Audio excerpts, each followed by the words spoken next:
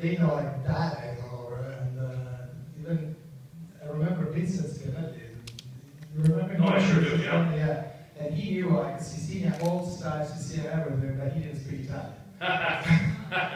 But tell us a little bit, how did you become an actor the first time? You were in New York, or you? Well, I was born in Brooklyn, and you wanted to become an actor immediately, maybe you were. Immediately, when I was 4. And he's a sculptor. He's a singer. You know, I'm a writer, I'm a director, I'm a sculptor, I'm a singer, I'm a business person. A lot of things I do. Director. And, but of course, acting is the bedrock, naturally. What happened was we had a cousin, my father's first cousin, my second cousin, his name was Paul Sorvino. He was a tenor.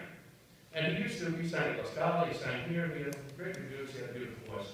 When he came to the house, I remember the first time that I remember him, when I was 3 or 4.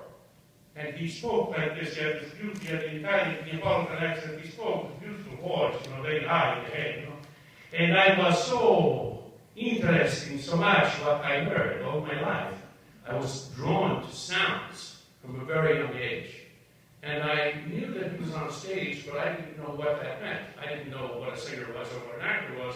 I really knew that he performed. And I wanted to do it. And I remember saying to my mother when I was 4, looking out the back window, I remember the moment just as if it were yesterday, I said, Mommy, when I grow up, I'm going to be an actor. I checked this with her. She verified it many, many years later.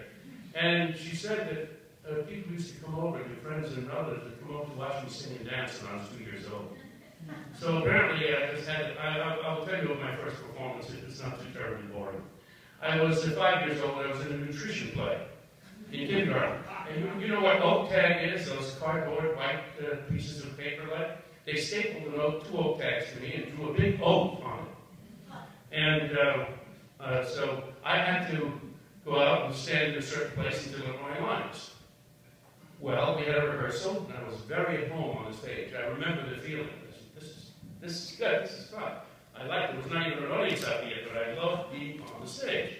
The next day I go out, and there's the audience. It didn't bother me a bit. But what bothered me is they had chalk marks where I was supposed to stand. I was offended. I was 5 years old, and I was offended. They don't think I know where to stand. So now I shall regale you with those immemorable words. I am Paul Oatmeal, true of heart and true of soul. Put me in your breakfast bowl.